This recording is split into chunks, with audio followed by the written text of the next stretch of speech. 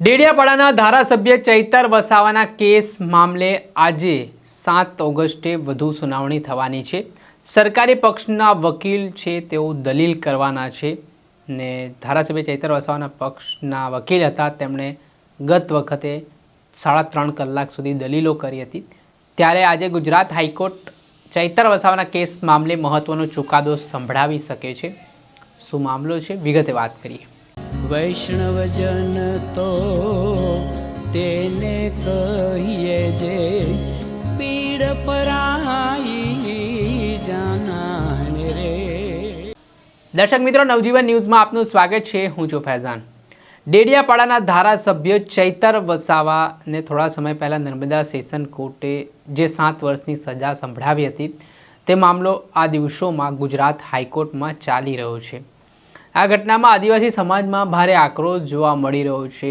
ન્યાયની માંગ કરવામાં આવી રહી છે ને 2023માં વનકર્મીને મારવાનો આરોપ ધારાસભ્ય સામે લાગ્યો હતો, જેમાં ખંડણી, આર્મ્સ એક્ટ સહિત જુદી જુદી ગંભીર કલમો હેઠળ ફરિયાદ થઈ હતી ને જે ફરિયાદ બાદ 3 વર્ષ પછી તેમને નર્મદા સેશન કોર્ટે સજા સંભળાવી હતી।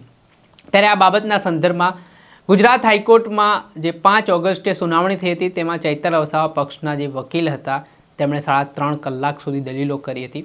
જે દલીલમાં ધારાસભ્ય સામે જે ખંડણીના આક્ષેપો થયા, જે આર્મ્સ એક્ટ હેઠળ ફરિયાદ થઈ, તેને લઈને ચૈતર વસાવા પક્ષના વકીલે કેટલાક પુરાવા પણ કોર્ટ સમક્ષ મૂક્યા હતા અને સાથે જ આ જે ચુકાદો સંભળાવવામાં આવ્યો છે તે ચુકાદા સામે પણ સવાલો ઉઠાવ્યા હતા।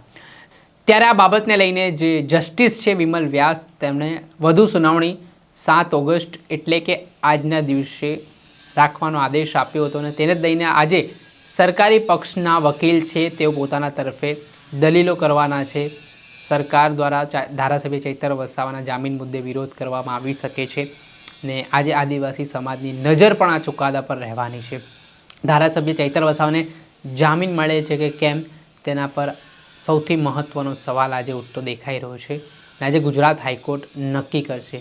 જો ધારાસભ્યને જામીન નથી મળતા તો તેઓ મામલો સુપ્રીમ કોર્ટ સુધી પણ પહોંચાડી શકે છે, તે પ્રકારની વાત આમ આદમી પાર્ટીની લીગલ ટીમે જણાવી હતી ને જો જામીન મળે છે તો ખૂબ મોટા રાહતના સમાચાર આમ આદમી પાર્ટી અને ધારાસભ્ય ચૈતર વસાવા બંને માટે માનવામાં આવી રહ્યા છે।